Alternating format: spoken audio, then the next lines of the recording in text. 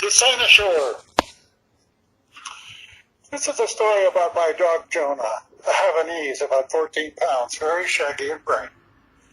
He's very different from my last dog, who was a golden retriever, a wonderful dog, still remembered and spoken of in the park. Amber was intelligent and sensitive. She also had a kind of natural dignity. Jonah is intelligent and sensitive, but he's not dignified. He is cute. He's also very playful. Some time ago, I came across a sentence in Plato which explained to me the difference between my two dogs. The sentence is about reincarnation. Reincarnation is an idea that arrived in ancient Greece sometime in the middle of the 6th century BCE.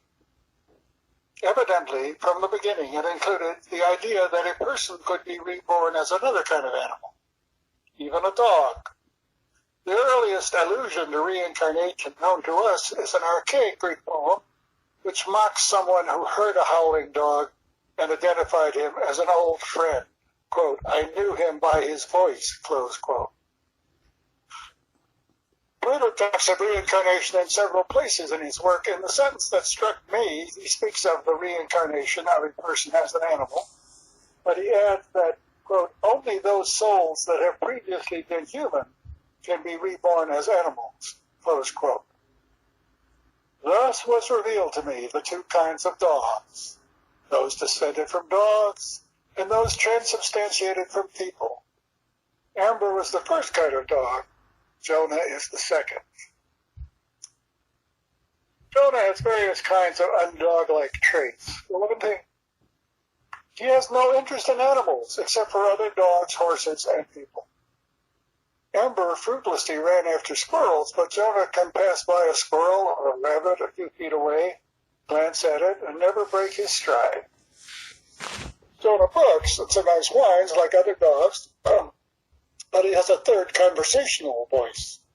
He looks you in the eye sometimes and says something which is sometimes intelligible, as for instance, "You were away a long time," or "I want to go out," or "Isn't this the time you usually feed me?" I keep expecting him to speak English. Havanese have never been working dogs, but they are often used in circuses. They are comfortable on their hind legs and easily taught to do tricks. Jonah invents his own tricks. His favorite is to put his nose into someone's pocket, steal their handkerchief, and run off with it flagrantly. He also likes to stand up and dance. I'm running on about my dog, but this is actually a story about my wedding. The women, of course, made all the arrangements, except they asked me about the best man. I have a number of friends, but none of them seem to me to be best. So I nominated my actual best friend, Jonah. This idea made no progress at all. But eventually, a compromise emerged. Jonah could be the ring bearers. We fastened to his collar a little bag containing the rings.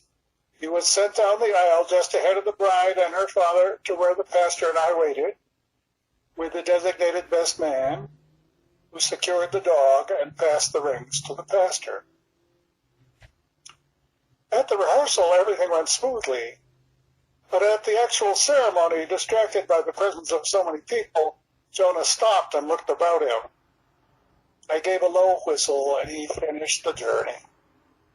The best man held him during the ceremony, but just as I kissed the bride, the dog escaped, stole the pastor's handkerchief, and ran with it in his teeth up the aisle and out.